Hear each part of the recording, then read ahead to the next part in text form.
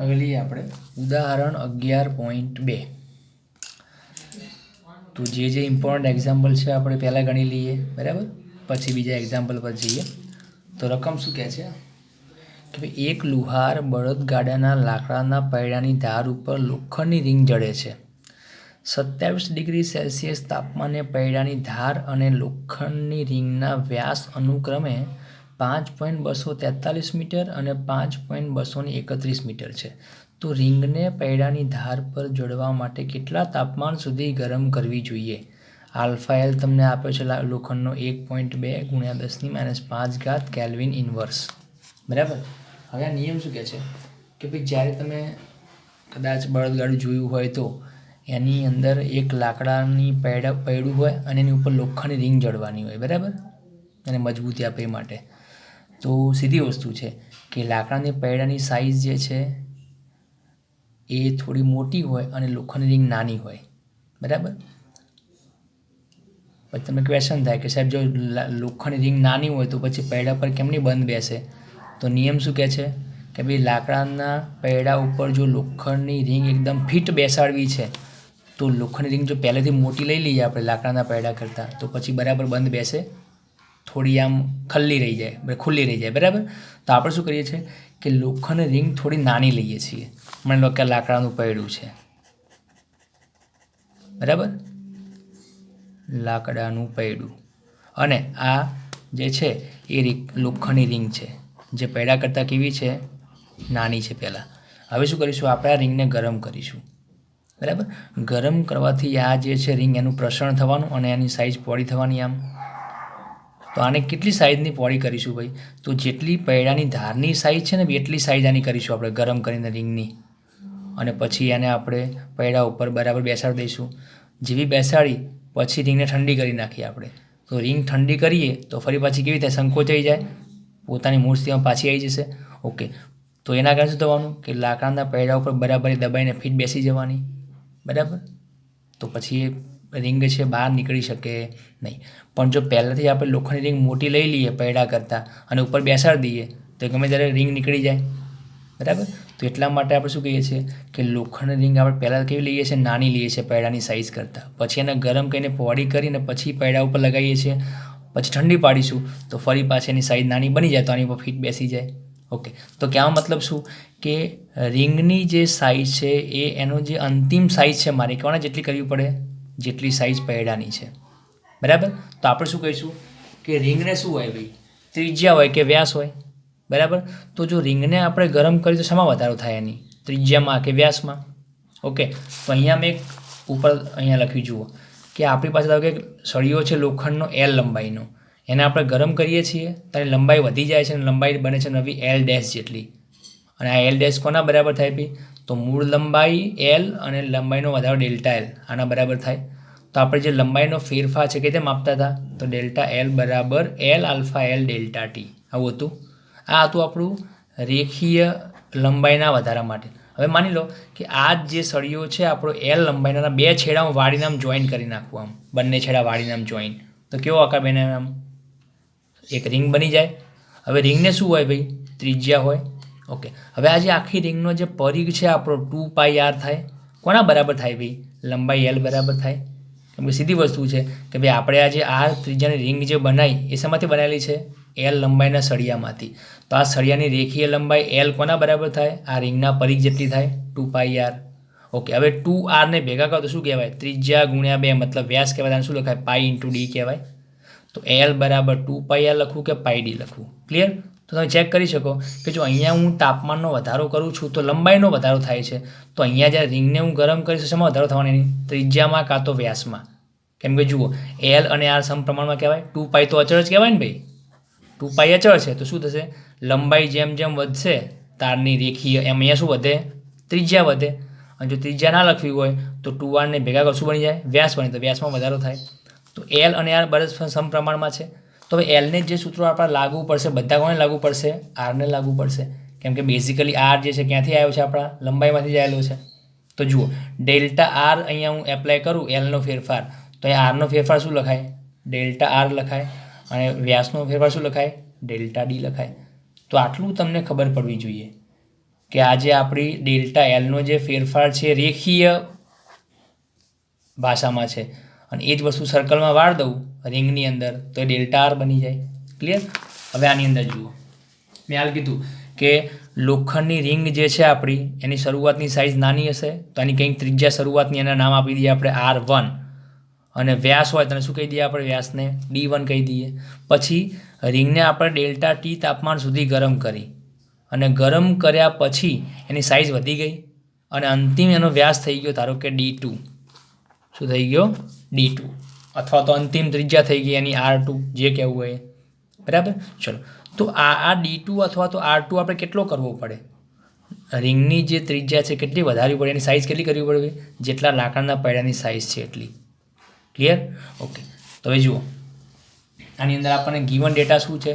તો સ્ટાર્ટિંગમાં રિંગ જે છે ભાઈ એ 27 ડિગ્રી સેલ્સિયસ તાપમાને છે. બરાબર? અને એને ગરમ કરીને આપણે પૈડાની ધાર ઉપર ચડાવવાની છે. તો તમને જુઓ, પૈડાની ધારનો વ્યાસ કેટલો આપ્યો? 5.243 મીટર અને રિંગનો વ્યાસ કેટલો આપ્યો? 5.231 મીટર. જુઓ, પૈડા કરતાં રિંગની સાઇઝ નાની દેખાય તમને? જુઓ, ચેક કરો. બરાબર? તો શું કહે છે? તો રિંગને પૈડાની ધાર પર જળવા માટે કેટલા તાપમાન સુધી ગરમ કરવી પડે? ક્લિયર? ચલો, તો અહીંયા મેં ગિવન ડેટા લખેલા છે. T1 તાપમાન 27 ડિગ્રી છે. આલ્ફા એલ તમને આપેલો છે. T2 શોધવાનું છે ને કે ભાઈ કેટલા તાપમાન સુધી ગરમ કરવી જોઈએ, મતલબ અંતિમ તાપમાન T2 કેટલું આવવું જોઈએ એ શોધવાનું છે આપણે. પછી અહીંયા લખ્યું મેં જુઓ, રિંગનો વ્યાસ D1 શરૂઆતનો વ્યાસ 5.231 સેન્ટીમીટર છે અને પછી રિંગનો અંતિમ વ્યાસ D2 5.243 સેન્ટીમીટર કરવાનો છે. આમ તો આ જે વેલ્યુ છે 5.243 એ કોનો વ્યાસ હતો? પૈડાની ધારનો. પણ મેં શું લખ્યું? રિંગનો અંતિમ વ્યાસ. સમજ પડે ને તમને? આમ કે ભાઈ અંતિમ વ્યાસ મારે કેટલો કરવો પડે? ઓછામાં ઓછો પૈડાની ધાર જેટલો કરવો પડે તો એનો વ્યાસ હું લઈ શકું રિંગનો અંતિમ. ઓકે, ચલો, હવે જોઈ લો કે ભાઈ રિંગના વ્યાસમાં ફેરફાર ડેલ્ટા ડી એટલે કે D2 - D1 કેટલો થાય? આનો ફેરફાર કરો તો 0.012 સેન્ટીમીટર થાય. યસ ઓર નો?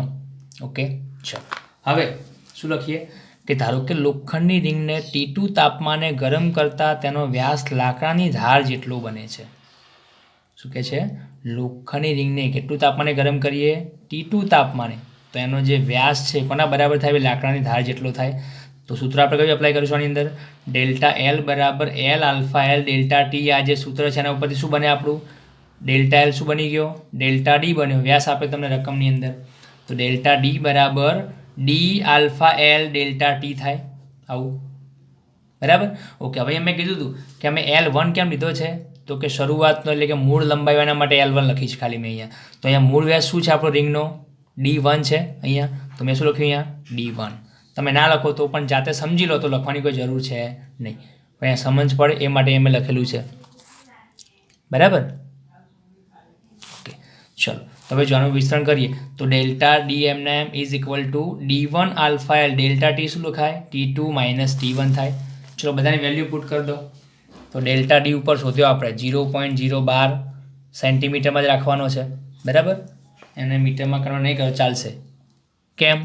તો જુઓ, અહીંયા ડેલ્ટા ડી સેન્ટીમીટરમાં, અહીંયા પણ ડી છે તો આ પણ સેન્ટીમીટરમાં. તો જ્યારે મીટરમાં કન્વર્ટ કર્યા હોય તો બંને કેવા થઈ જવાના? કેન્સલ થઈ જવાના હતા કેમ કે બંને સરખા છે, બે બાજુ ઘાત. તો જ્યારે આ રીતે બંને બાજુ સરખી ચેન્જીસ કરવાનો થાય ત્યારે તમે ના કરો તો ચાલે. બરાબર? તો ડેલ્ટા ડી મૂકી દીધો. D1 મૂળ વ્યાસ કેટલો હતો આપણો? 5.231. બરાબર? એ પણ સેન્ટીમીટરમાં જ છે. ચલો, પછી આલ્ફા એલ કેટલો છે? 1.2 10⁻⁻5 આપેલો છે. મૂકી દીધો આપણે એને. તાપમાનમાં જો અંદર T2 શોધવાનો છે અને -T1 કેટલો? 27. આમ તો કોઈ શું કહેશે કે સાહેબ આલ્ફા એલ તો આપણને કેલ્વિન એકમમાં આપેલો છે તો તાપમાન કેલ્વિનમાં કેમ નહીં લેવાનું? મેં હાલ જ તમને કીધું કે જ્યારે તાપમાનનો ફેરફાર આવે ત્યારે કેલ્વિનમાં અને સેલ્સિયસમાં ફેરફાર ઇક્વલ જ છે. યાદ કરો. ખબર ના પડે તો જો વિડીયો જોઈ લો, આગળનો રિપીટ કરી લો. બરાબર? કોઈ એક સિંગલ તાપમાન હોય ને ભાઈ આ રીતે અને આને 27 ડિગ્રી આપેલું હોય ને તો કેલ્વિનમાં આપણે કરવું પડે +200 એડ કરો તો કેટલા થાય? બસ 300 કેલ્વિન થાય આ રીતે. પણ અહીંયા તાપમાનનો ફેરફાર છે ભાઈ, ફેરફાર. તો તમે આની અંદર ચેક કરી લો કે જો હું T2 ને કેલ્વિનમાં કન્વર્ટ કરું અને આને પણ કેલ્વિનમાં કન્વર્ટ કરું, બંનેમાં કેલ્વિન સરખા છે ને ભાઈ, તો એડ કરો કે ના કરો કોઈ ફરક પડશે નહીં. તો આ વસ્તુ ખાસ યાદ રાખજો. દરેક દાખલામાં આની આ વસ્તુ આવશે ફેરફારમાં કે જ્યારે તાપમાનનો ફેરફાર આપ્યો હોય ત્યારે કેલ્વિનમાં કન્વર્ટ કરવાની જરૂર નથી. કરો તો કોઈ વાંધો નહીં, જવાબમાં કોઈ જ ફરક નહીં પડે ભાઈ, પણ શું કામ એ આપણે વધારે એક્સ્ટ્રા કામ કરવું છે, બરાબર. આનમાં મૂકી દેવાનું તો T2 - 27 ડિગ્રી સેલ્સિયસ મળશે. તો અહીંયા તમને ખબર પડી ગઈ કે મને આ જે આન્સર છે તાપમાન કયા એકમમાં મળવાનો છે, ડિગ્રી સેલ્સિયસમાં, કેમ કે આપણે સેલ્સિયસ લીધેલું છે. ચલો ઓકે, ગુણાકાર કરતો બે બાજુ તો આ 0.012 અને આ જે પદ છે આખું ભાગાકારમાં જાય અને આ જે માઇનસ ઘાત ભાગાકારની ઉપર જાય તો +5 થઈ જાય. તો આટલું મળ્યું. અને 5 ઘાતને ગુણી નાખો તો 1 2 3 4 5 191.1 લખાય બરાબર. T2 - 27, 27ને આ બાદ લાવો તો કેટલા આવ્યા? 218 ડિગ્રી સેલ્સિયસ, બરાબર. તો આ શું કહે છે કે ભાઈ આ જે નાની રિંગ હતી આપણી, એને જો આપણે લાકડાના પૈડા ઉપર બંધ બેસાડવી છે તો રિંગને કેટલા તાપમાન સુધી ગરમ કરવી પડે? તો પહેલાં કેટલું હતું? 27, અને વધારતા અંતિમ તાપમાન કેટલું કરવું પડે ભાઈ? 218 ડિગ્રી સેલ્સિયસ કરવું પડે. કોન્સેપ્ટ ખબર પડી કે નહીં? તો આ દાખલા તમને ઘણા જોવા મળશે, બરાબર, અલગ અલગ બુકમાં, રકમ બદલીને કે નાના મોટો ચેન્જીસ કરીને, પણ કોન્સેપ્ટ સમજવાનો કે ભાઈ શેમાં ચેન્જ કર્યો, આપણે સામે શું ધાર્યું છે, બરાબર. અને સૂત્ર તો આપણે કયું એપ્લાય કર્યું ભાઈ? રેખીય પ્રસરણનું, લંબાઈના વધારા માટેનું, જે વ્યાસ ઉપર લાગુ પાડ્યું, બરાબર. ચલો અહીંયા જો તમને ત્રિજ્યા આપી હોત કે ભાઈ રિંગની અને ધારની ત્રિજ્યા છે તો અહીંયા આપણે સૂત્રમાં શું લખ્યું હોત? ΔR લખ્યું હોત, બરાબર. બીજો કોઈ ફેર નહોતો આપણા માટે. ઓકે, ચલો હવે સેમ કોન્સેપ્ટ આપણે એક બીજું લખી દઈએ અહીંયા.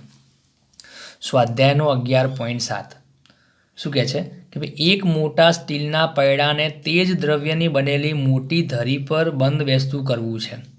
જુઓ, સ્ટીલનું પૈડું છે અને ધરી ઉપર બંધ બેસતું કરવું છે. 27 ડિગ્રી સેલ્સિયસ તાપમાને ધરીનો બહારનો વ્યાસ 8.70 સેન્ટીમીટર અને પૈડાના કેન્દ્રમાં રહેલ છિદ્રનો વ્યાસ 8.69 સેન્ટીમીટર છે. સૂકા બરફ વડે ધરીને ઠંડી કરેલ છે. તો ધરીના કયા તાપમાને પૈડું તેના પર સરકવા લાગશે? આલ્ફા સ્ટીલની વેલ્યુ તમને આપેલી છે, બરાબર. તો જો અહીંયા ધરી એ સ્ટીલની છે અને પૈડું પણ સ્ટીલનું છે. તમે સાયકલમાં કે બાઇકમાં તમે જોઈ શકો કે ભાઈ બાઇકનું પૈડું કાં તો સાયકલનું પૈડું શેની ઉપર ફરે છે ભાઈ? એક ધરી હોય, એક આડી લાઈન હોય, આ રીતે આમ ધરી જેના ઉપર પૈડું ફરતું કરેલું હોય, બરાબર. ધરી એમને એમ રે, ખાલી ઉપર પૈડું જ ફરે જાય. તો હવે આ ધરીને પૈડાની અંદર છિદ્રમાં જે હોલ છે એમાં બંધ બેસાડવી છે તો શું કરવું પડે ભાઈ? તો બરાબર ધરી પૈડા ઉપર ફિટ બેસે માટે શું જરૂરી છે કે ધરીની જે સાઇઝ છે ને ભૈયા, એ પૈડામાં જે હોલ છે છિદ્ર એના કરતાં થોડી મોટી હોવી જોઈએ, બરાબર. પેલા કરતાં ઊંધું બિલકુલ.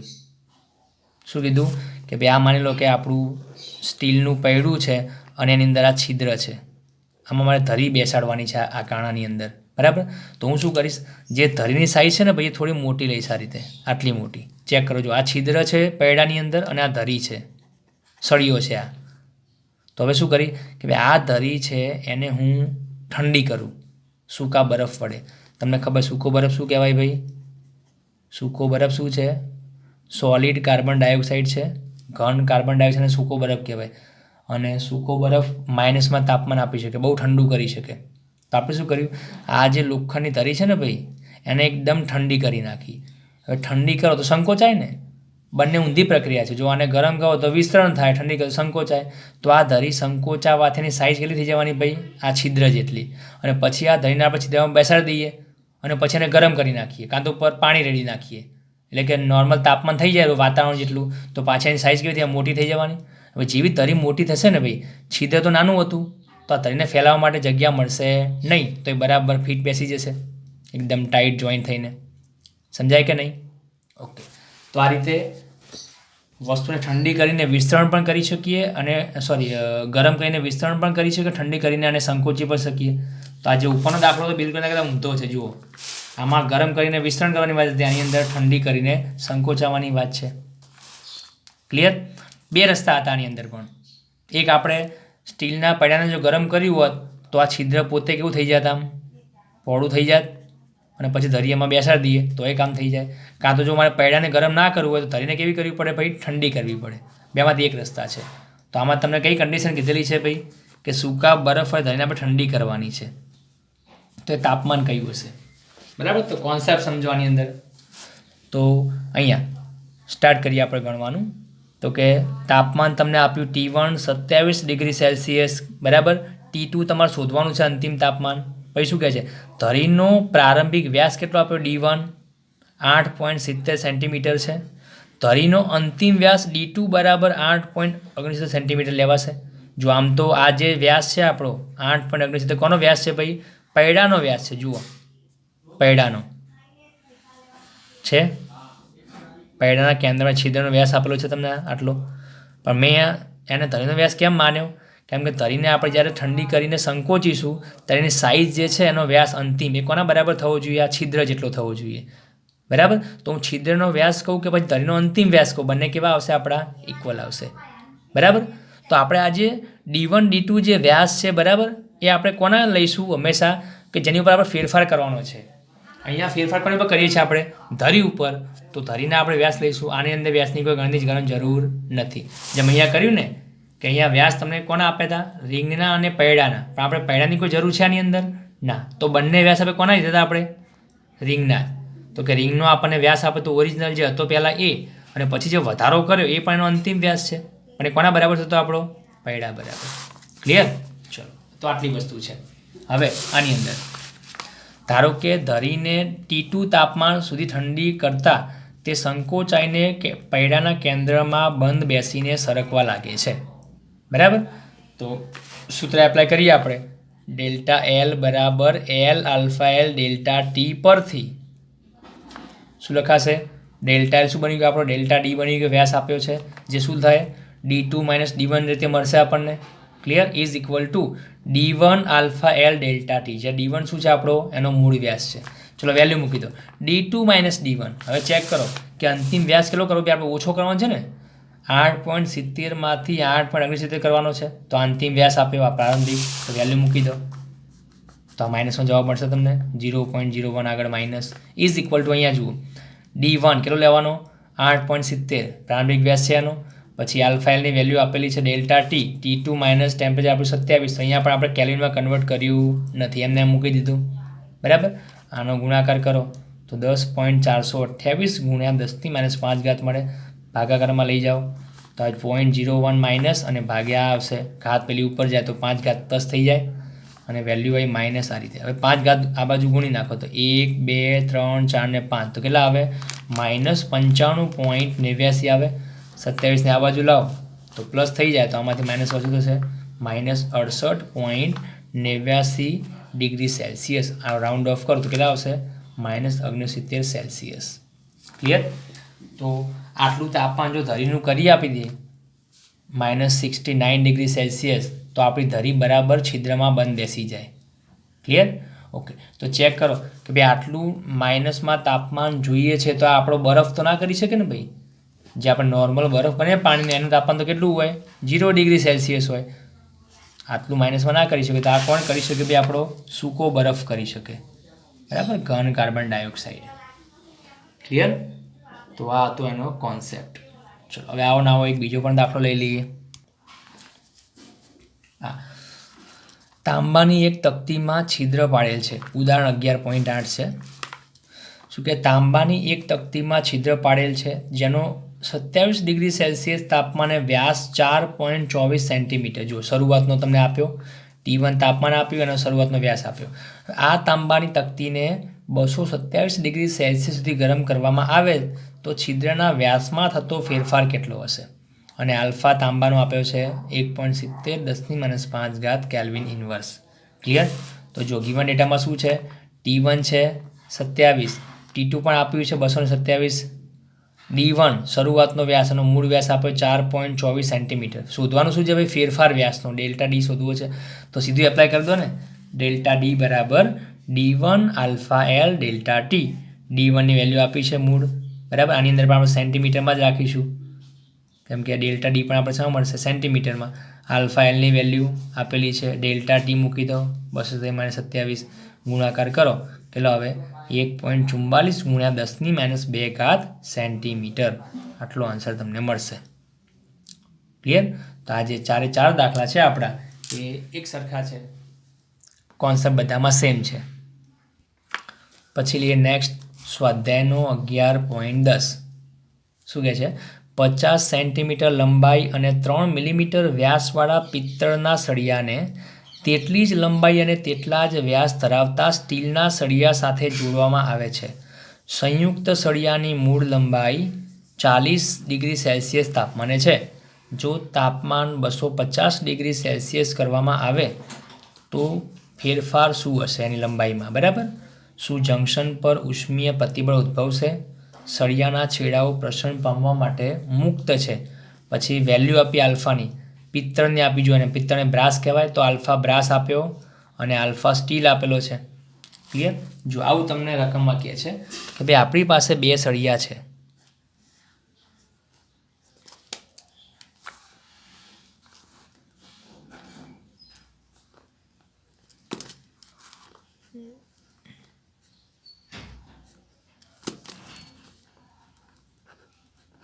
જો એક સળિયો બ્રાસનો છે, મતલબ પિત્તળનો છે, અને બીજો સળિયો સ્ટીલનો છે, અને આ બેને આપણે જોઈન કરેલા છે. અને આ શું બનાવ્યું આપણે? બંને અલગ અલગ ધાતુનો સંયુક્ત સળિયો બનાવ્યો ભાઈ, બેને ભેગા કરીને અલગ અલગ ધાતુ. લંબાઈ બેની કેવી છે? સળિયાની એક સરખી છે. બેનો વ્યાસ પણ એક સરખો છે ભાઈ, 3 મિલીમીટર વ્યાસ છે. ક્લિયર? ઓકે. હવે શું કહે છે કે જો આપણે હાલ આ જે સળિયો છે ને ભાઈ, આ બંને જોઈન કરેલા, એનું તાપમાન T1 હાલ કેટલું છે વાતાવરણનું? 40 ડિગ્રી સેલ્સિયસ છે હાલ આ તાપમાને છે. બરાબર. તાની કંઈક લંબાઈ હશે બંનેની. ઓકે. હવે શું કહે છે કે આ સળિયાઓને જો આપણે T2 બરાબર 250 સેલ્સિયસ તાપમાને લઈ જઈએ, એને ગરમ કરીએ, તો આ જે સળિયાઓ છે લંબાઈમાં શું વધારો થવાનો? તો આપણે શું કહીશું કે બંને સળિયા જે છે ધાતુઓ એ અલગ અલગ પ્રકારની છે, તો બેની લંબાઈનો વધારો પણ કેવો થશે? અલગ અલગ હશે. બરાબર. કોઈ વધારે પ્રસરણ પામે, કોઈ ઓછું પ્રસરણ પામે. તો ચેક કરો કે આલ્ફા પ્રસરણાંક બ્રાસનો કેટલો છે? 2. ઘાત તો બેમાં સરખી છે. અને સ્ટીલનો કેટલો છે? 1.2. તો રેખીય પ્રસરણની વ્યાખ્યા યાદ કરો. બરાબર. કે સળિયાની લંબાઈમાં 1 એકમનો વધારો કરવા જે જરૂર પડે એને આપણે શું કહેતા હતા? રેખીય પ્રસરણ. તો આની અંદર શું કહીશું કે બ્રાસમાં જે વધારો છે પિત્તળમાં એ વધારે છે. જુઓ, ચેક કરો. 1 કેલ્વિનનો ફેરફાર કરીને તાપમાનમાં આપણે ત્યારે આટલો વધારો થાય છે, અને સ્ટીલમાં આટલો વધારો થાય છે. તો બંને સળિયાના પ્રમાણ અલગ અલગ હશે વધારાના. તો આપણે શું કહીશું કે ભાઈ સંયુક્ત સળિયાની લંબાઈમાં થતો કુલ વધારો કેટલો કહેવાય? ડેલ્ટા એલ બરાબર બેનો સરવાળો કહેવાય delta L1 plus delta L2. બરાબર. એમ શું લખી જુઓ, પિત્તળ અને સ્ટીલ માટે સંજ્ઞા અનુક્રમે 1 અને 2 લેતા. 1 બ્રાસ માટે એટલે કે પિત્તળ માટે, અને 2 સ્ટીલ માટે. ચલો હવે આપણે અલગ અલગ કેલ્ક્યુલેશન કરીએ કે ભાઈ પિત્તળ માટે શું લખાય ભાઈ? તો લંબાઈનો ફેરફાર ડેલ્ટા L1 લખાય. કોના બરાબર થાય? L1 આલ્ફા ડેલ્ટા T લખાય. બરાબર. 1 તમારે ના મૂકો તો પણ ચાલે, આ તો આપણી થોડી સગવડ માટે છે. બરાબર. બાકી લખી દઈએ પિત્તળ માટે તો પછી 1 2 સિમ્બોલ નહીં આપો, ચાલશે, તમારી મરજી. બરાબર.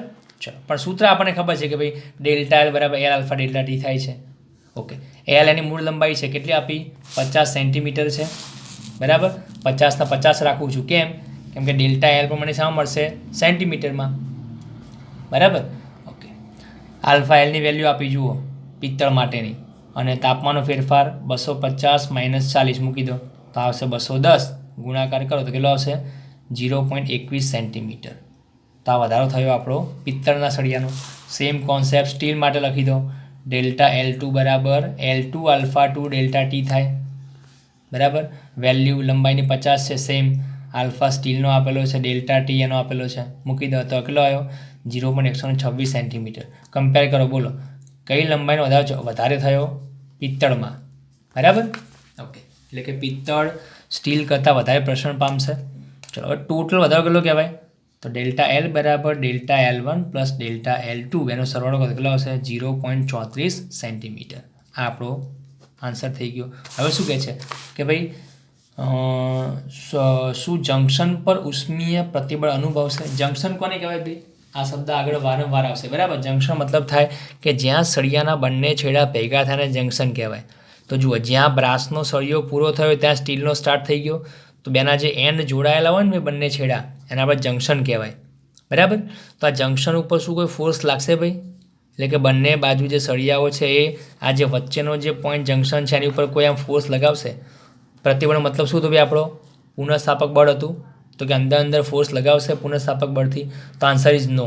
કેમ? કેમ કે સળિયાના બંને છેડા તો મુક્ત છે ને ભાઈ. આ છેડો આગળ જવા માટે મુક્ત છે, ફ્રી છે, અહીંયા કોઈ રોક્યો નથી આને. આ બાજુમાં સળિયો ફ્રી છે. તો જો આને ગરમ કરીશું ને ભાઈ, તો આ બાજુ લંબાઈનો વધારો નહીં થાય. કઈ બાજુ થવાનો? આ બાજુ થવાનો. એટલે કે આ બાજુ જે વચ્ચેનો જંકશન છે ને, સળિયાઓ કોઈ પણ પ્રકારનું એકબીજા ઉપર બળ લગાવશે નહીં, કેમ કે બંને છેડા ફ્રી છે. જો આપણે બંને છેડા બાંધી નાખ્યા હોત ને ભાઈ, આ રીતે આમ જડિત કરી નાખ્યા હોય આ રીતે બંને છેડે, તો હવે સળિયાને આ બાજુ ફેલાવવા માટે જગ્યા ના મળે, શું કરવાના? અહીંયા દબાણ ઉત્પન્ન કરશે, પ્રેશર કરશે, અહીંયા ફોર્સ લગાવશે. ક્લિયર? તો સળિયા ઉપર એટલે કે જંકશન પર પ્રતિબળ ક્યારે ઉદ્ભવે ભાઈ? જ્યારે સળિયાના બંને છેડાઓ પ્રસરવા માટે મુક્ત ના હોય ત્યારે. અહીંયા લખ્યું છે જુઓ કે પ્રસરણ પામવા માટે મુક્ત છે બંને છેડા. તો આન્સર શું આવશે? ના. ઉષ્મીય પ્રતિબળ જંકશન પર અનુભવશે નહીં. ક્લિયર? અને આ સ્ટેન્ડર્ડ મેં લખેલું છે, મેં વાંચી લેજો તમે. ઓકે, તો આટલા દાખલા આપણા એક સરખા કોન્સેપ્ટના, દરેકમાં આપણે શું એપ્લાય કર્યું ભાઈ? રેખીય પ્રસરણ ઇક્વેશન એપ્લાય કર્યું. આ ડેલ્ટા એલ બરાબર એલ આલ્ફા ડેલ્ટા ટી વાળું. ક્લિયર? હવે આપણે લઈએ ઉષ્મીય અથવા તો તાપીય પ્રતિબળનો દાખલો. મેં કહ્યું હતું કે આપણે તાપીય પ્રતિબળ કોને કહેતા હતા? યાદ છે? આ જોઈ લો, થર્મલ સ્ટ્રેસ. યાદ આવે થિયરી? કે લંબાઈનો વધારો બે રીતે કરી શકતા હતા. એક આપણે તારના છેડે વજન બળ લટકાવી દઈએ, માસ, અને પછી એને લાંબાઈમાં વધારો કરીએ. અને પછી અથવા તો એ જ સળિયાને શું કરીએ આપણે? બે આધાર હોય છેડાની વચ્ચે, આપણે એને જોઈન કરી નાખીને પછી એને ગરમ કરીએ તાપમાન આપીને. તો એ વખતે સળિયાના બંને છેડાઓ જે છે ટેકા ઉપર જે પણ ફોર્સ લગાડે બંને સાઈડ, શું કીધું આપણે? તાપીય પ્રતિબળ. જો બહાર ખેંચે તો તણાવ પ્રતિબળ, અંદર ખેંચે તો દાબીય પ્રતિબળ કહેતા હતા. પણ આ બંને આવ્યું કોના કારણે ભાઈ? તાપમાનનો ચેન્જ કરવાના કારણે. તો નામ શું આપ્યું આપણે? તાપીય પ્રતિબળ. અને એમાં આપણે શું કરતા હતા કે સૂત્ર એપ્લાય કરતા હતા, યંગ મોડ્યુલસનું, બરાબર? એની ઉપર ઓકે, રકમ વાંચી લઈએ પછી સમજીએ, બરાબર? આને તો શું કહે છે? 27 ડિગ્રી સેલ્સિયસ તાપમાને 1.8 મીટર લાંબા પિત્તળના તારને બે દ્રઢ આધારો વચ્ચે અલ્પ તણાવ સાથે જડિત કરેલ છે. ચેક કરો, તાપમાન T1 કેટલું છે? 27 ડિગ્રી સેલ્સિયસ છે. અને તારની લંબાઈ કેટલી છે પિત્તળના? 1.8 મીટર. ક્લિયર? અને શું કર્યું? એને આપણે બે દ્રઢ આધારની વચ્ચે એને આપણે જડિત કરેલ છે, મતલબ એને જોઈન કરી નાખે વેલ્ડિંગ કરીને. જો તારને -39 ડિગ્રી સેલ્સિયસ તાપમાન સુધી ઠંડો પાડવામાં આવે તો તારમાં ઉદ્ભવતો તણાવ કેટલો હશે? અને તારનો વ્યાસ આપ્યો 2 મિલીમીટર, આલ્ફા બી બ્રાસનો તમને આપ્યો આલ્ફા, અને યંગ મોડ્યુલસ બ્રાસનો આપેલો છે, બરાબર? ઓકે, હવે યંગ મોડ્યુલસ આપ્યો અને આલ્ફા આપ્યો, આ બંનેને ચેક કરો. તો યંગ મોડ્યુલસ જે છે કયા ચેપ્ટરમાં આવતું હતું આપણું? ઘન પદાર્થના યાંત્રિક ગુણધર્મોમાં. ત્યાં આપણે શું કરતા હતા ભાઈ? સળિયાને ખેંચીને આપણે એને લાંબો કરતા હતા. અને આની અંદર શું કરેલ છે ભાઈ?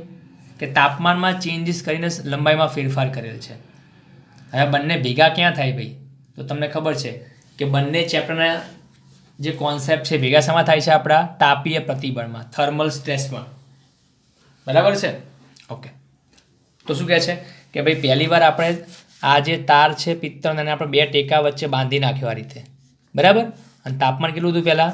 27 ડિગ્રી સેલ્સિયસ તાપમાન હતું T1, બરાબર? અને લંબાઈ કેટલી હતી? 1.8 મીટર હતી સળિયાની.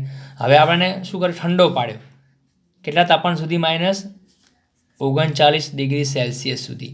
શું થાય ભાઈ? સળિયો જો ઠંડો પાડો તો એની લંબાઈ ઘટશે, અને ઘટવાના કારણે શું થાય? સળિયો આમ સંકોચાશે અંદરની સાઈડ. પણ આ જે બે ટેકાઓ છે શું કરશે? એને અંદર નહીં જવા દે, એને પકડી રાખશે, કેમ કે આપણે જોઈન કરેલો છે.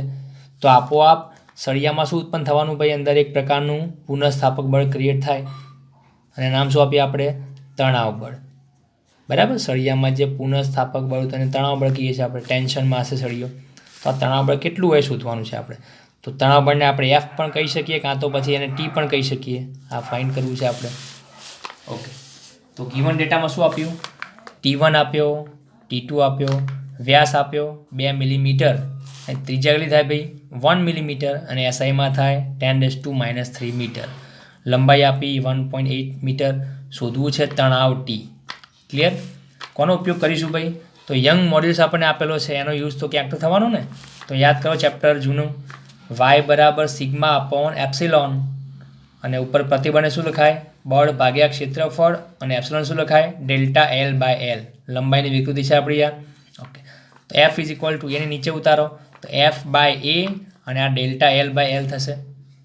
તો આને આપણે કરતા બનાવો તો ડેલ્ટા એલ બાય એલ બરાબર F upon A Y, equation number 1. આને પેન્ડિંગ રાખો, આને આગળ જરૂર પડશે. તો તમે યાદ કરો સૂત્ર છે કોનું ભાઈ? લંબાઈના ફેરફારનું છે, વિકૃતિનું. ચલો હવે બીજી વસ્તુ, આવું સૂત્ર આપણે બીજું પણ બનાવી શકીએ કે ભાઈ તારના તાપમાનમાં ફેરફાર કરતાં લંબાઈમાં ફેરફાર કેટલો થાય? ડેલ્ટા એલ બરાબર L alpha L delta T થાય. આ એલ જે છે મૂળ અને છેદમાં લઈ જાઓ તો શું બને? ડેલ્ટા એલ બાય એલ બને. કોના બરાબર થાય? Alpha L delta T, equation number 2. અને બંને જે રિઝલ્ટ છે ઇક્વલ થાય. બરાબર? ઓકે, તો શું લખાશે? એફ અપોન એ વાય બરાબર આલ્ફા એલ ડેલ્ટા ટી. અહીંથી શું જોઈએ ભાઈ મારે? એફ જોઈએ, ફોર્સ જોઈએ. અને આ ફોર્સ શું કહેવાય આપણું? પુનઃસ્થાપક બળ કહો કે પછી તણાવ બળ કહો.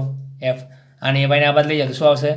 Alpha L A Y delta T થાય. ઓકે, અહીંયા એ શું છે ભાઈ? તારના 8 છેદનું ક્ષેત્રફળ. શું લખાય? અને પાઈ આર સ્ક્વેર લખાય. અને આ જે ડેલ્ટા ટીને શું લખાય? T2 માઇનસ T1 લખાય. અને આ બધી વેલ્યુ તમને રકમમાં અવેલેબલ છે, મૂકી દો. આલ્ફા એલ આપ્યો છે, પાઈ 3.14, આર તમને આપ્યો 1 મિલીમીટર, અને મીટર થવાના 10⁻³ સ્ક્વેર.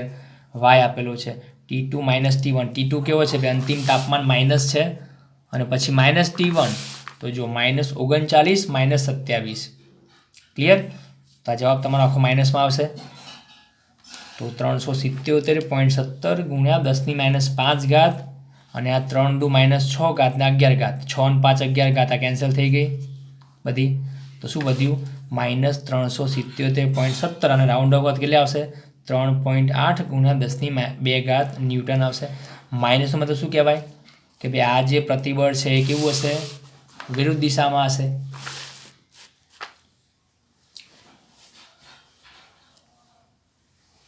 બરાબર? ડાયરેક્શન બતાવે છે અહીંયા કે ભાઈ જો આપણે ઠંડો પાડીએ છીએ તો સળીઓ જે છે એ સંકોચાવા પ્રયત્ન કરે. બરાબર? તો ટેકા એની ઉપર કઈ બાજુ ફોર્સ લગાવે? પકડી રાખવા માટે બહારની સાઈડ.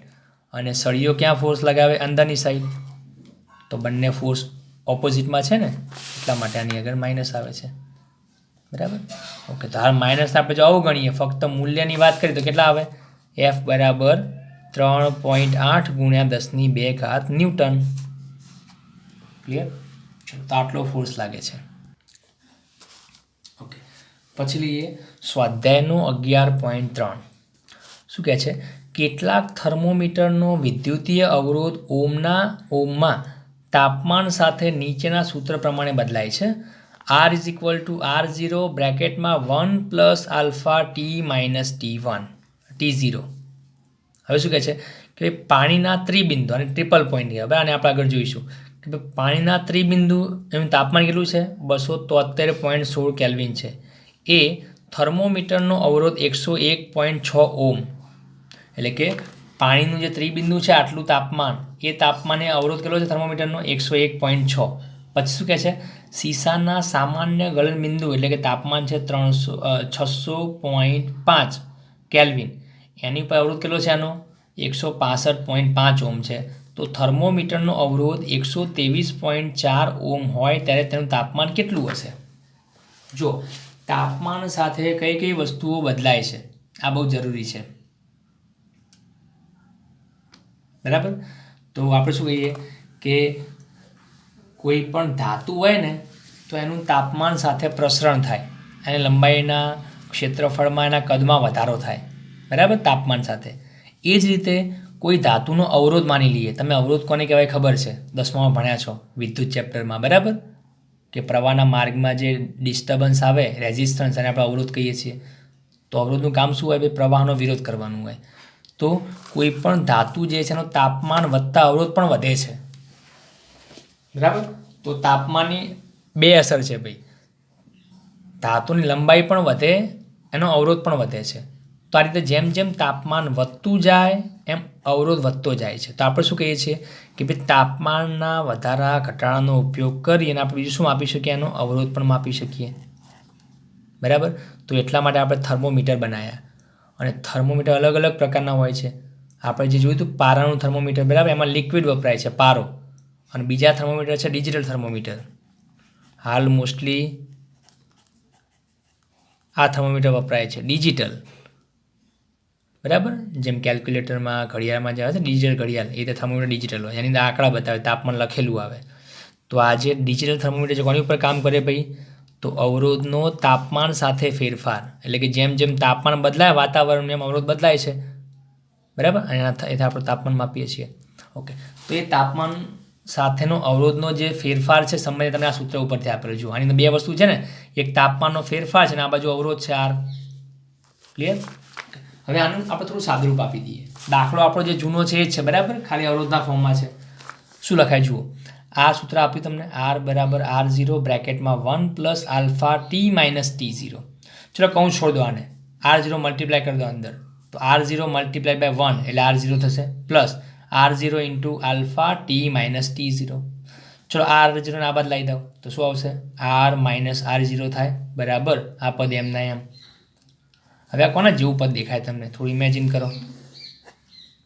આને શું લખાય, R માઇનસ R0 મતલબ અવરોધનો ફેરફાર કહેવાય, તો ડેલ્ટા આર, R0 આલ્ફા, અને આ શું લખાય, ડેલ્ટા ટી લખાય. કોના જેવું છે ભાઈ, આ ડેલ્ટા એલ બરાબર એલ આલ્ફા ડેલ્ટા ટી છે.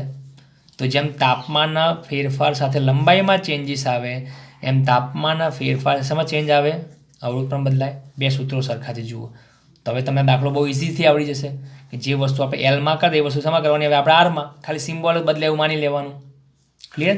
ચલો હવે અહીંયા તમે એક કામ કરીએ, એક એક્સ્ટ્રા સ્ટેપ ગણી લઈએ કે ટી માઇનસ T0 ને કરતાં બનાવો તો શું આવે, R minus R0 divide by R0 into alpha. આને આપણે ઇક્વેશન નંબર 1 કહી દઈએ. આનો આપણે આગળ ઉપયોગ કરવાનો છે, બરાબર. ઓકે.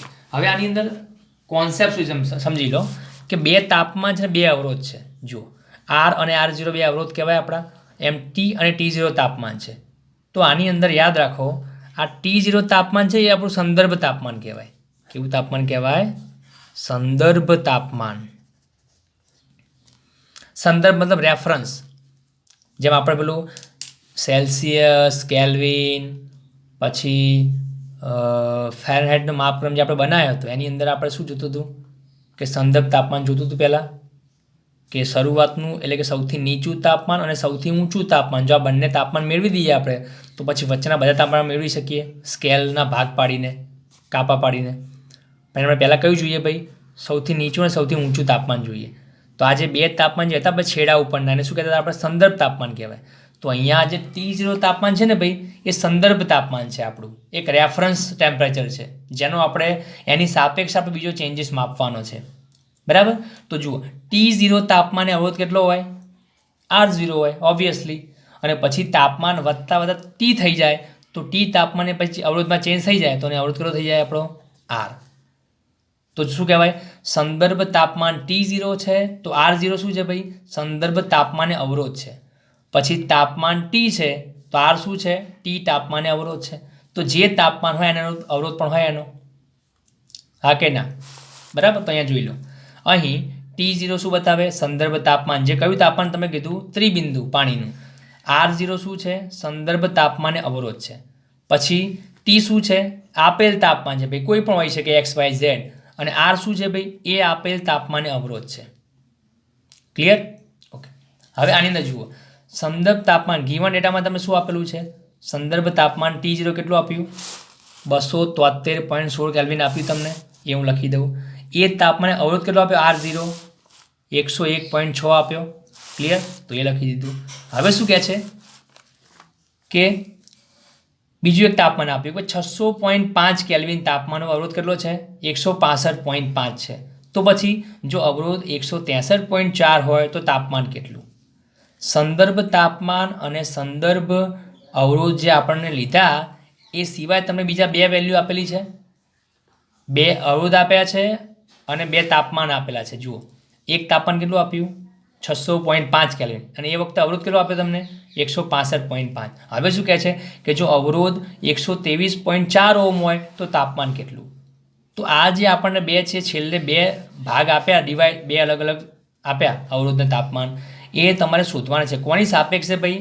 આ સંદર્ભ તાપમાનની સાપેક્ષે. તો હવે આપણે શું કરવાના જુઓ. T1 શું લખી દેવાનું? એક તાપમાન 600.5 કેલ્વિન. એ વખતે R1 કેટલો આપ્યો?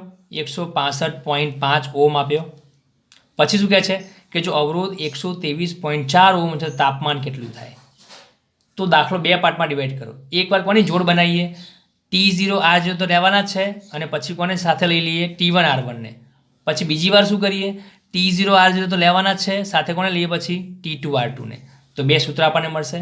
એક આ બેને ભેગા કરવાના અને બીજા આ બેને ભેગા કરવાના. Yes or no? ઓકે. તો હવે જુઓ સમીકરણ 1 પરથી આ જે આપણે બને એમાં શું લખી દેવાનું? એકવાર અહીંયા શું લઈ લઈએ? T1. તો આ બાજુ શું આવશે? R1. T0 એમને એમ રહેવાના છે. પછી બીજી વાર શું લઈ લઈએ? અહીંયા T2 અને બીજી વાર લઈ લઈએ આપણે R2 અને બાકીનું એમને એમ. બરાબર? તો જુઓ શું થાય? સમીકરણ 1 પરથી T1 - T0 બરાબર R1 - R0 ભાગ્યા R0 આલ્ફા. અને બીજું T2 - T0 બરાબર R2 - R0 ભાગ્યા R0 આલ્ફા. ઇક્વેશન 2 અને ઇક્વેશન 3. આપણે ફાઇન્ડ શું કરવું છે ભાઈ? T2 આને આપણે ફાઇન્ડ કરવો છે. તો બેને ડિવાઈડ કરી દો. ચલો તો સમીકરણ 3 ભાગ્યા 2 કરી દો. તો 3 / 2 કરો તો શું આવશે? T2 - T0 ભાગ્યા T1 - T0. પછી આ બાદ તમે ડિવાઈડ કરશો તો બંને પદ છેદમાં સરખા છે તો બંને કેન્સલ થઈ જવાના. તો અંશવાળા પદો બાકી રહેવાના. તો શું આવે? R2 - R0 ભાગ્યા R1 - R0 થાય. હવે આ બધાની વેલ્યુ તમને આપેલી છે, મૂકી દો. તો T2 એમના એમ અજ્ઞાત છે, માઇનસ T0 આપેલા છે, નીચે T1 આપ્યા છે, T0 લખી દો એમને એમ, R2 આપેલો છે, R0 આપ્યો છે, R1 આપ્યો છે, R0 બધું મૂકી દીધું. સાદુરૂપ આપી દો ભાગાકાર કરી. બરાબર? તો T2 તમને કેટલો મળ્યો? 385 કેલ્વિન. ચલો તો કોન્સેપ્ટ ક્લિયર છે. તો જે વસ્તુ આપણે એલના સૂત્રમાં વાપરીએ એ વસ્તુ આપણે આર માટે વાપરીએ. બરાબર? આ રીતે. ઓકે. અને આ દાખલો તમારે ધોરણ 12માં આવશે. બરાબર? તમે ચેપ્ટર નંબર 3 ભણશો 12માનું પ્રવાહ વિદ્યુત. તો આ ચેપ્ટરમાં તમને ડિટેલમાં આ આખો કોન્સેપ્ટ જોવા મળશે. બરાબર? પણ અહીંયા દાખલો આપેલો છે 12માનો તો આપણે સમજી લીધો. હવે લઈએ આપણે નેક્સ્ટ સ્વાધ્યાયનો 11.6. શું કહે છે? 1 મીટર લાંબી સ્ટીલની પટ્ટીનું 27 ડિગ્રી સેલ્સિયસ તાપમાને ચોકસાઈપૂર્વક અંકન કરેલ છે. એક એક વાક્યને સમજતા જઈએ આપણે. તો કે સ્ટીલની પટ્ટી છે આપણી, સ્કેલ જે આપણી હોય છે સ્ટીલની. બરાબર? જે કેટલી લંબાઈનું માપી શકે? 1 મીટર લાંબી છે ભાઈ, 100 સેન્ટીમીટર માપી શકે. અને એને કયા તાપમાને અંકન કર્યું છે ભાઈ? 27 ડિગ્રી સેલ્સિયસ તાપમાને. એટલે આપણે જે સ્કેલ બનાવી અને એની ઉપર જે કાપા પાડ્યા, લખ્યા 1 2 3 4 100 સુધી, એ વખતે તાપમાન કેટલું હતું? 27 ડિગ્રીએ. હવે શું કહે છે? જો ગરમ દિવસે જ્યારે તાપમાન 45 ડિગ્રી સેલ્સિયસ જુઓ ત્યારે સ્ટીલના એક સળિયાની લંબાઈ આ પટ્ટી વડે માપતા 63 સેન્ટીમીટર મળે છે. શું કહે છે? કે જે સ્કેલને આપણે બનાવી હતી 27 ડિગ્રી સેલ્સિયસ તાપમાને, હવે તાપમાન વધીને કેટલું થઈ ગયું આપણું વાતાવરણનું? 45 ડિગ્રી. અને એ વખતે શું કરીએ છીએ આપણે? એક સળિયો છે આપણે સ્ટીલનો, એ સળિયાની લંબાઈ આપણે માપીએ છીએ આ પટ્ટી વડે. તો કેટલી બતાવે છે ભાઈ? 63 સેન્ટીમીટર બતાવે છે. તો આ દિવસે સળિયાની વાસ્તવિક લંબાઈ શું હશે? એટલે કે આ જે લંબાઈ આપ માપી છે એ કદાચ ભૂલ ભરેલી હોઈ શકે, ખોટી લંબાઈ માપી શકે. બરાબર? તો કે વાસ્તવિક એટલે સાચી લંબાઈ શું હશે? પછી શું કહે છે કે આ જ સ્ટીલના સળિયાની લંબાઈ જો 27 ડિગ્રી સેલ્સિયસ તાપમાનવાળા દિવસે કેટલી હોય માપીએ તો? સ્ટીલનો તમને રેખીય પ્રસંગ આપેલો છે. બરાબર? હવે પ્રોબ્લેમ ક્યાં થાય જુઓ, આની અંદર દાખલામાં સમજવાનું શું છે કે જે સ્ટીલની પટ્ટી આપણે બનાવી હતી 1 મીટર લાંબી એટલે કે 100 સેન્ટીમીટરની, એ કેટલા આપણને બનાવી હતી? 27 ડિગ્રીએ. હવે આ પટ્ટી જ્યારે તમે 45 ડિગ્રીએ વાપરો છો માપવા માટે કોઈ સળિયાને, એ વખતે પ્રોબ્લેમ ક્યાં થાય કે સ્ટીલ પોતે પટ્ટી જે પોતે શાની છે? સ્ટીલની છે. તો એનું પ્રસરણ થવાનું ને ભાઈ, તાપમાનમાં વધારો થતા સુધી જાય એનું રેખીય પ્રસરણ થાય. તો સ્ટીલ પોતે પહોળી લાંબી થઈ જવાની. જુઓ સમજાય કે નહીં? તાપમાનનો વધારો થાય ને 27 થી 45 ડિગ્રી, તો સ્ટીલ જે છે આપણી સ્કેલ એ આ રીતની હશે. આ રીતના કાપા હશે, અહીંયા 0 હશે, અહીંયા 100 હશે, આ રીતે 1 મીટરની. ક્લિયર? આ 100 સેન્ટીમીટર છે. ઓકે, તો હવે આ તાપમાન કેટલું હતું ભાઈ? 27. હવે જો હું તાપમાનને 45 ડિગ્રી કરી નાખું અને હવે આ સ્ટીલની પટ્ટીમાં શું થવાનું ભાઈ? પ્રસરણ થવાનું. તો થશે કેવું કે ભાઈ આના જે કાપા છે ને બે કાપા વચ્ચેનું અંતર વધી જવાનું અને સ્ટીલ પહોળી થઈ જવાની. પણ હજુ પણ અંકન તો આપણે કેટલું રહેવાનું? એનું જ રહેવાનું ને ભાઈ. અહીંયા 0 હશે, અહીંયા 100 હશે. પણ પ્રોબ્લેમ ક્યાં થયો કે સ્ટીલની લંબાઈ વધી જવાથી આ જે બે કાપા જે હતા પાસે એ કેવા પડ્યા? દૂર થઈ ગયા થોડા, આમ લંબાઈ વધવાથી. હવે આ સ્ટીલની સ્કેલથી આપણે જ્યારે હવે માપીએ કોઈ સળીઓ, તો આપણે શું કરવાના કે ભાઈ હજુ પણ આમાં દેખાવાનું શું કે ભાઈ અહીંયા 0 છે, અહીંયા 100 છે. તો કે આપણી સ્ટીલ આ જે સળિયો માપ્યો એ ક્યાં પહોંચ્યો? તો કે એક છેડો 0 મૂક્યો મેં સળિયાનો અને બીજો કેટલે પહોંચ્યો? 63 પહોંચી ગયો. તો આપણે શું કહીશું કે ભાઈ આ જે સળિયો છે 63 સેન્ટીમીટર લાંબો છે. પણ શું રિયલમાં સાચું છે? ના, ખોટું છે. કેમ? કેમ કે સ્ટીલની સ્કેલમાં પોતે જ બે કાપા વચ્ચે અંતર વધી ગયું છે અને હવે 63 બતાવે. મતલબ શું કહેવાય કે ભાઈ સ્ટીલનો સળિયો જે છે ને એ લાંબો છે, 63 કરતાં વધુ લંબાઈ છે એની. સમજાય છે? થોડું ઇમેજિન કરો કે રિયલમાં સિચ્યુએશન શું જોવા મળે તમને. 27 ડિગ્રીએ કાપા પોતાના જે નોર્મલ હતા એ પ્રમાણે જ હતા, અલગ અલગ 1 સેન્ટીમીટર 2 સેન્ટીમીટર એ સાચું મૂલ્ય બતાવતું હતું. પણ હવે 45 આપણે માપીએ છીએ આને, તો સ્કેલના કાપા પોતે કેવા થઈ ગયા? દૂર થઈ ગયા. હવે માની લો કે બે કાપા પહેલાં આટલા નજીક હતા સ્ટાર્ટિંગમાં, જેવું ગરમ થયું તાપમાન 45, આ બે કાપા અહીંયા પહોંચી ગયા. પણ હજુ પણ આપણે આને શું માપવા, આને શું માનવાના છીએ આપણે હજુ કે ભાઈ આ 1 મિલીમીટર છે બે પાસેના કાપા, અને આ પણ શું માનવાના હતા આપણે? 1 મિલીમીટર. પણ શું આ 1 મિલીમીટર કહેવાય ખરું ભાઈ? ના કહેવાય. આ કેવું છે? 1 મિલીમીટર કરતાં વધારે છે. પણ માનવાના શું આપણે 1 મિલીમીટર.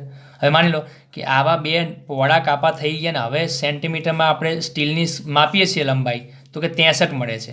તો શું આ 63 હોય ભાઈ રિયલમાં? ના. પહોળા કાપા છે તોય 63 બતાવે છે. તો જો કાપા નજીક હોય તો કેવું બતાવે? 63 કરતાં વધારે બતાવવાના હતા. આઈડિયા આવે છે? તો આ રીતે સળિયો જે 63 સેન્ટીમીટરનો છે ભાઈ એ રિયલમાં કેવો હશે? એના કરતાં મોટો હશે. ચલો કેટલો મોટો હોય? તો પહેલાં શું કરવું પડે આપણે કે ભાઈ આ જે સ્ટીલની સ્કેલ છે જેના બે કાપા વચ્ચેનું અંતર જે 1 સેન્ટીમીટર હતું માની લો, એ હાલ કેટલું બતાવે છે? તો 1 કરતાં કેવું બતાવતા હશે? વધારે બતાવતા હશે. તો એ શોધી નાખીએ પહેલાં આપણે. બરાબર? તો અહીંયા લખીએ કે ભાઈ સ્ટીલની પટ્ટી માટે, સ્ટીલની સ્કેલ માટે શું લખાય? T1 તાપમાન 27 છે, T2 તાપમાન કેટલું છે? 45 છે. લંબાઈ L1 કેટલી છે ભાઈ? 1 મીટર છે અને સેન્ટીમીટર કેટલું માપે છે? 100 સેન્ટીમીટર. બરાબર? ઓકે. અંતિમ લંબાઈ શોધી શકાય કેમ કે તાપમાનનો ફેરફાર થઈ ગયો તો લંબાઈને વધી ગઈ હશે. તો અંતિમ લંબાઈ આપણે શોધી શકીએ અહીંયાથી. પછી જે સ્ટીલનો સળિયો માપવાનો છે એની લંબાઈ કેટલી છે ભાઈ? 63 સેન્ટીમીટર છે. ચલો ઓકે. હવે નીચે સ્ટેટમેન્ટ જુઓ શું લખ્યું મેં કે 27 ડિગ્રી સેલ્સિયસ તાપમાને અંકન કરેલ સ્ટીલની પટ્ટીને 45 ડિગ્રી સેલ્સિયસ તાપમાને માપન માટે વાપરતા તેની લંબાઈમાં થતો વધારો. સૂત્ર એપ્લાય કરો. શું લખાશે? ડેલ્ટા એલ બરાબર L alpha L delta T લખાય. ઓકે. મૂળ લંબાઈ એલ કેટલી છે એની? 100 સેન્ટીમીટર છે સ્કેલની. આલ્ફા એલ આપ્યો તમે સ્ટીલનો અહીંયા રકમમાં. ડેલ્ટા ટી તાપમાનનો ફેરફાર પણ આપેલો છે, મૂકી દો આની અંદર. તો કેટલા મળ્યા? 0.0256 સેન્ટીમીટર. આટલી લંબાઈ વધી ગઈ બી સ્ટીલની સ્કેલની. તો હવે આખી નવી લંબાઈની કેટલી થઈ ગઈ? તો 100 તો હતી જ પહેલાં અને પ્લસ આટલી એડ કરજો તો શું લખાશે? પટ્ટીની નવી લંબાઈ કેટલી આવે? 100.0216 સેન્ટીમીટર. હવે આટલી સ્કેલ લાંબી થઈ ગઈ આપણી. હવે વિચારો કે ભાઈ આ સ્કેલની અંદર જે રિયલમાં આ અંતર જે આપણું 1 સેન્ટીમીટર હતું રિયલમાં સાચું સ્ટાર્ટિંગમાં જ્યારે સ્કેલ બનાવી ત્યારે, અને હવે એ જ સેન્ટીમીટર અંતર વધી ગયું. જુઓ ટોટલ લંબાઈ વધી ગઈ આટલી. તો આખી સ્કેલમાં આટલી લંબાઈ સરખા ભાગે વહેંચી જવાની, વધારો થયો હોય તો આપણું આ જે અંતર છે ને 1 સેન્ટીમીટરનું એ થોડું વધારે થઈ જવાનું આ રીતે આમ. પણ હજુ આપણે માની તો શું એને કે ભાઈ 1 સેન્ટીમીટર જ છે, પણ રિયલમાં 1 કરતાં વધારે છે. તો માની હવે શું કરીશું આપણે કે ભાઈ બે જે સેન્ટીમીટરના કાપા છે 0 અને 1 એટલે કે 1 સેન્ટીમીટર એની લંબાઈ રિયલમાં કેટલી થઈ ગઈ? તો હવે નવી કઈ રીતે મળશે જુઓ કે હવે આ નવી સ્ટીલની પટ્ટીમાં 1 સેન્ટીમીટરના કાપા વચ્ચે કેટલું થાય?